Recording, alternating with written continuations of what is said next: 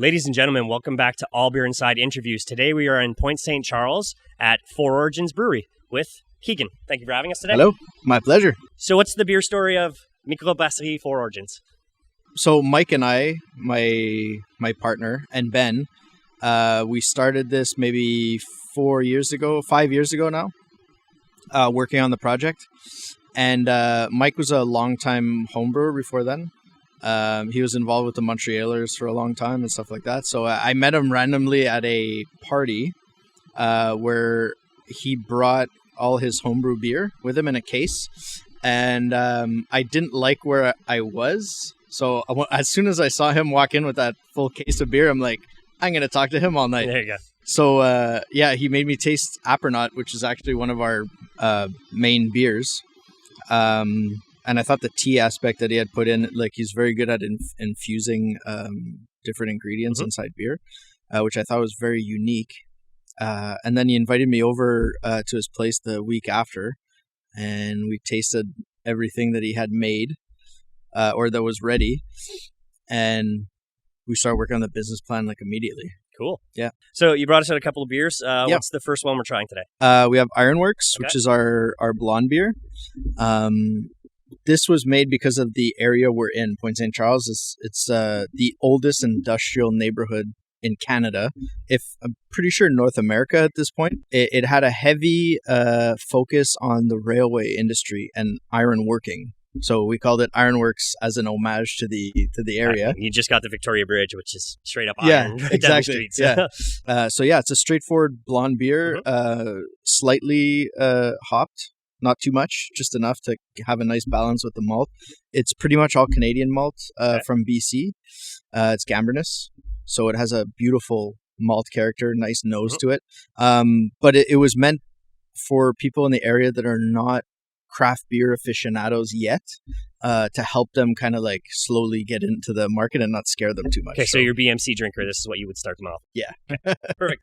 A toast. So I'm so used to pounding these back like in one shot because our staff, instead of doing shots of whiskey, because we don't have hard alcohol, we do little shots of blonde beer. Yeah, I get the maltiness on the middle of the tongue. It's very nice. Mm-hmm. I know it started when you guys started. You had the crumpet, I believe. And and Côté Canal, which is the next one we'll taste, just session IPA. Super drinkable, very, I like to say crushable. Yeah. I could drink a bunch of these, well, I don't know if I could drink a bunch in one shot and then be able to drive anywhere anytime soon. So, but it's the one I personally drink the most, just because it's the easiest. Sometimes you just want something that's not complicated. Yeah, it's very, very drinkable. I know a bunch of people would probably enjoy this. Maybe next year at softball, I'm going to have to bring a couple of 4-packs of cans and bring them out. So what were some of the difficulties and roadblocks you ran into opening Four Origins? We ran into every single roadblock you could imagine. Everything down to finding the right financing in time, to finding the right building. It took us about 2 years to find this building. The zoning laws in Montreal are extremely difficult to navigate. We managed somehow. We got pretty lucky. We had to sign the lease before we had the full funding just to secure it because the buildings were going pretty fast. Mm-hmm. Everything to like pipes not going into the right place because it's all hard pipe back there. Okay. So the engineers that I worked on the project didn't calculate everything the best way. But to their defense, it's not the easiest spot. It's pretty tight back there. So we had to bring in different welders to come in. When we got our equipment, some of the legs on the hopper up there that's like 20 feet in the air were not straight, so it looked like a giraffe. So we had to get another welder to fix that. We had to, luckily there's a big beam that was just on top of it that we could steady it with a crane to make sure it didn't topple over while we were welding the pieces together. Yeah, our chiller broke down. We had to throw away like 2 batches of beer. I could go on for like a day. I mean, the buildings are unique. It's very, I mean, it was obviously industrial because you have, I'm assuming it was a crane lift up top. Yeah, that's a pont roulant in French, they call it. So a rolling bridge, I guess. Okay. I don't know if it's the same exact translation in English, but it used to be a movie studio for a long time. You know the documentary on Ginsburg, the Supreme Court judge in the U.S.? Okay, yeah. Yeah, they filmed it here. Oh, cool. And then before that, it was the same owner. Actually, well, the whole time it was the same owner as the Le Rouet. which was an old retail shop in Mhm. Quebec in the 70s. And this was his head office. Okay. Yeah. So I'm not sure what he was doing in this particular section, but this building, the other part is much older. It's from the 30s, Okay, and this okay. part is from the 60s. So it's a little bit newer. Yeah, well, I mean, I've parked, and it's like, you guys can't park here because it belongs to you guys. I'm like, Yeah. So, Microbrasserie Four Origins, where does that come from? So we're 4 founders, essentially. So there's Mike and I, and then there's Ben and Fred. So we started as 4. We're a little bit more now, but we started as 4. There's 4 ingredients to beer. And there's 4 founding countries of Montreal that have a big historical background when it comes to brewing beer. So the Irish, the Scottish, the French, and the English. And this neighborhood, Point St. Charles, we're in, they all used to live here and worked on the railway and on the bridges. So it had a deep meaning for us when it came to the area we decided to be in. There's the Cross of St. Patrick in there too. Yeah. There's a 5th flower that shows that Montreal has become much more than just those 4 countries. And then there's the circle in the middle that shows that everyone's equal. As well, your flights or palettes in French, very, very unique. Okay. What made you guys decide on this design? Well, it's our logo, essentially, and we want to stick to the number 4. So there's 4 taster in the flights. We made them all by hand. There's about 150 hours of man labor to make all of these. We have about 40 of them. So every individual piece has been cut by hand with a special tool. Wow. So we made a model of each one, and then we cut them, and then the baseboard we also cut.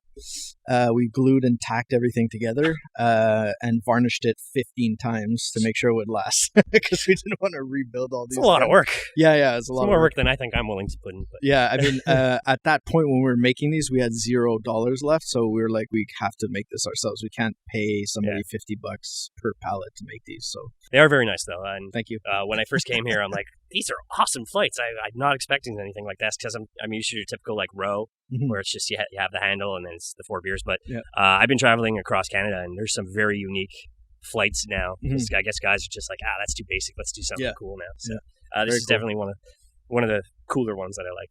Thanks. The names of the beers: Côté Canal, Ironworks, Crumpets, Botanique. Where do the names come from? Ironworks kind of came from the inspiration of our neighborhood. We try to keep everything as local as possible. So we have 4 pillars in the company. One of them is community. We have collaboration, education, and innovation. So everything we do, we try to go back to those 4 pillars. We always ask ourselves, does it come back to one of these 4 pillars? If not, can we do that? So Ironworks is an example of that. Côté Canal, we're on the Lachine Canal here. So it was an English name originally. I said canal side. Yeah. But we wanted to have something French this time. So Côté Canal just came out that way. Botanique is a collaboration with Circuit Distilleries, which is on St. Patrick Street also. And we infuse botanicals that they put in their gin sauvage. So Botanique was kind of like a natural saying from there. It's with a K at the end. It's not exactly how you would spell it. So you guys just kind of get together and it's like, this sounds like a good name for this beer. Yeah. Okay. And the labeling, who does that? Is it an in-house guy? You have right outside? Now, her name's Jackie De La Cruz. She does all our boards too. She's an amazing artist. She's incredible. And she does a lot of our graphic art and sometimes artwork. We originally had started with Pulp and Pixel, which is a Montreal guy. He's pretty good. And he works with various designers depending on the style we want. I don't know all of the designers, but essentially we would pretty much write down the concept that we wanted, and then we would work with them to bring something together. Awesome. So what's this next beer you brought us? This is Côté Canal. Okay. So this session IPA. Ooh, yeah. Beautiful hoppiness. I'm a fan of hops right now. So, all right, a toast. Oh yeah, extremely drinkable. A lot of the beers we try to do is to make them as drinkable as possible, but pretty complex too. I like this session IPA. There's not too many that resemble it because it's pretty aromatic when it comes to the hops, but it has a nice malt background too. Lots of mosaic in here. Yeah, I'm getting the bitterness on the side of my tongues, but it's not overpowering like a double IPA or anything. But yeah, it's not crazy. It is yeah. like it has higher IBUs than a typical session IPA, but I find it just adds to the crispiness and the drinkability of it, and less overwhelming hop bite. I'll be honest, I've had all your beers and I've yet to have a miss. So yeah, that's good. and I'll be honest, like if I had a bad beer, I'll let a person know. That's the problem with Untappd is not everybody's like. Somebody would be like, I gave it a 1. Why? Because it's a wheat beer and I don't like wheat beer. That's ridiculous. Why would you do that? Yeah, there's it happens quite often. Untappd's a cool concept, I guess. It lacks a little bit of depth, which I think beers need and craft beer needs. But it's a discussion for another day, I guess. I mean, I use my Untappd to basically try new beers. I want to try as many new beers as I can. And sometimes I'll be like, did I try that yet? So I pull up my Untappd and I take. Okay, it's like a you note. can scan the code, barcode now. Okay, I've had it before. Cool, because there's so many Quebec beers alone, and then across Canada, and then I visit Vermont all the time, so it's like more in Vermont. So you got to keep. It's nuts. Yeah, you got to keep track of what you've had. Yeah. So you mentioned you did a collab before with Circa.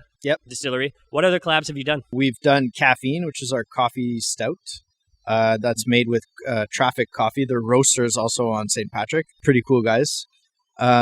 We've done À l'Abordage, which is our newest one. It's the brew pub in Sutton. It's a hazy pale ale. We made with them. What else we do? Oh yeah, Joe Beef. It's our most popular one, I guess. So we kind of got together like a year and a half ago and tested. I think we went through 10-15 batches before we got exactly what we wanted. And it goes well with the food that they make there at the restaurants.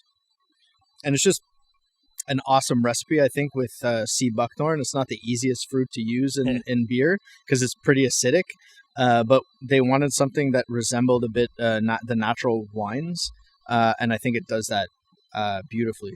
And again, there's like a tea infusion in there also for sea buckthorn tea, all organic, all from Quebec. So that was a really fun project. We have other ones we've been working on too, like we did Blanche Sud-Ouest with Troy and Dan from La Brosse, which came out really nice. We're working on one with the Kanawaki guys with Drew. Not sure when that's going to come out. We're going to hit the summer, so we're going to see how much space there is in our tanks. But collaboration is one of our pillars, and we try to do as many as we can. Yeah, because I know with the Blanche you released it at the Montreal this past last year technically. So I remember it's like Blanche de Sud-Ouest coming out collaborations Friday. I'm like, but I'm here Wednesday. I gotta come back Friday, I guess. So any future collaborations within Quebec? So there's the Kanawaki guys. We're working on one with the school, the Études de Technologie Supérieure, ETS. They have a group called Géniel in there that they brew beer like on a weekly basis, and they come here pretty often because we're so close, I guess. And they wanted to collab with us to make a beer. So we did the first batch. It's good. It's not, I think, where everybody wants it. So we're going to wait for the second batch to come out. And there's some other ones that we're also working on, but nothing's like solid yet. Okay. So I don't want to really. Anybody in your dream, let's say Ontario, Vermont, any dream people you'd love to collab with? Oh yeah, for sure. Like in Quebec, our dream would be Dieu du Ciel, probably. They're the brewery we respect. One of the breweries we respect the most. There's a lot of great breweries, but they've been around for a really long time. They make incredible beer. Masorum is also some guys that we would love to work with. We talk to them pretty often. They're right next door almost, and they're making some pretty cool stuff over there for a new brewery too. They're hitting the mark a lot. Oval would be a cool one, but that's probably not possible. Anybody outside Quebec, Vermont? I mean, Hetty Topper, so the Alchemist was our inspiration, when I was a lot younger. They've also been around for a long time making some great beers. And I listened to a lot of John Kimmich, the founder, and his wife, their videos online, and we've learned a lot from that to start a brewery. Awesome. And from brewing beer. So yeah, I would just love to meet him. Not necessarily collab, but collab would be incredible. Cool. So you homebrew? Yeah. What's the first homebrew beer you made? It was an American Pale Ale. Okay. Yeah, didn't come out very nice. Oh, that's unfortunate. Yeah, it's Okay. well. I guess my problem was I was in Toronto at the time, and the apartment was super small, Okay. and I couldn't crash the beer properly, and I couldn't control the temperature that well. So I think you need a garage to really brew. Do good homebrew beer. It's possible without it, but in my situation, temperature control was just very difficult. So yeah, they never came out that well. Yeah, like a garage or a basement, maybe with like a cold room. Yeah, for sure. I know you guys are super busy, but have you done any beer vacations? Any upcoming beer vacations? The guys went to Massachusetts last year, so Mike and Ben. They visited Trillium, Night Shift. They did Harpoon. The stuff they learned from there was absolutely amazing. We go to Vermont pretty regularly because it's so close. Yeah. We're planning on probably going to the Brewdog Hotel in Ohio. Yeah, I want to do that. It's just, I read the Brewdog book, Craft Beer for Punks. Very cool. They're absolutely insane. Those guys, like, they're nuts. But what they're doing for the craft beer industry is amazing, and I would just love to experience kind of what they're doing. They're the ones who did the taxidermied squirrel, right? Yeah. Okay. Yeah. They're masters at free publicity. For sure. So I think they drove a tank to the Parliament in their hometown. Yeah, okay. Or on the street. Or wow. I think it was actually in London. They drove a tank on the road, protesting some sort of craft beer law. Okay. And I think they ended up winning or overturning that. And they drew a lot of publicity. So it was cool. Yeah, I definitely, Brewdog's one of the places because it's in Columbus, so it's either go watch the Canadians play, the Blue Jackets, or I'm an Impact fan, so go watch the Columbus Crew, and then, oh, look, there's beer in my shower. So, yeah. There's a brewery I'm following a lot in Ohio is Reinheist Brewery. I don't know if you ever heard of them. I think I've had because I was in Cleveland a couple of years ago for a football game, and I had a bunch of Ohio-based beers. So I just... they have a skull on their can. Okay. They're from Cincinnati. Okay, yeah. And maybe. They're absolutely amazing. Like what these guys do. If you watch videos of the owners and how they speak about beer, it's incredible. They have basically the passion behind it like you guys do, which is great. Any brewery friends you'd suggest to the public for come here first? But if you have a chance, go down the street or down into the Old Port, any of those guys? Yeah, sure. There's Saint Taverne, which they're right behind us in a nice brew pub. They have a great community going on. They have a lot of cool events. They have like a jazz night there. Their beers are very, very good. And I just like their mentality and stuff. It's a co-op. It's a bit different than what you'll see in a regular brewery. Masorum's obviously one to check out. Everybody knows about them now. Brewski's pretty cool. They're making some good stuff recently. Yeah, I'm glad they had the expansion finally because that small part they had was... Yeah, the pub was a little small and they were brewing at another... I think they were at Brissette, which, was kind of difficult to manage that. But now they have their own system. They're doing some cool stuff. I tried their fruit milkshake beer or their fruit juice. The peach. Okay, yeah. No, it was the one before that one. Yeah, because I just had their peach apricot milkshake sour. I can't remember, but it's one of the best beers I've ever had from them. Yeah, it's very good. They're making some cool stuff. Besides that, around here, that's pretty much the main ones I would check out. Yeah. What's next for Four Origins? So we're going for the quality seal, which is available to Quebec breweries. So we're like 240 now. There's only about 10 breweries in Quebec that have the quality seal. We hired Maya full-time, who used to work behind the bar, and then she had a chemistry degree, and she worked in the lab at Rise Kombucha, so it was an obvious transition for her. And it's pretty... usually breweries this young don't invest in quality control that early, but we're investing heavily in that to go after that, to get that seal. Because I find with the more and more breweries coming out, quality control doesn't mean quality exactly, but it's controlling your quality is even gets more and more important as there's more beer. Well, I did the Steamboat tour, and they're like, "Here's our lab," and it's just guys like testing each beer. I'm like, that's impressive because Maya's testing the beer at different times during the brew. And after, and follows it 3-6 months down the road too. So it's extremely important, and she's doing incredible work. Yeah. That's amazing to hear. Okay, I have no other questions at this time, so let the people know where they can find you. We're at 1304 St. Patrick, so in Point St. Charles, the corner of Wellington Street. We have a tap room. You're allowed to bring children. Dogs are allowed also at all times, inside and outside. Children at all times, as long as they're supervised. We've had some kids pull the fire alarm here. That's why. We give brewery tours from time to time. Just give us a call and reserve ahead of time. We don't have a kitchen, but you could bring your own food or order in, which is kind of cool. We have cans to go, and we have 16 beers on tap. Okay, social media? Foragins Beer. On Facebook, Instagram, and Twitter, it's all the same handle. So, Foragins Beer. As for us, you can find us allbeerinside.com, at allbeerinside on all the social media. And as I always say, drink craft, not crap. Thank you very much for having us today. Thank you. Appreciate it. Yeah.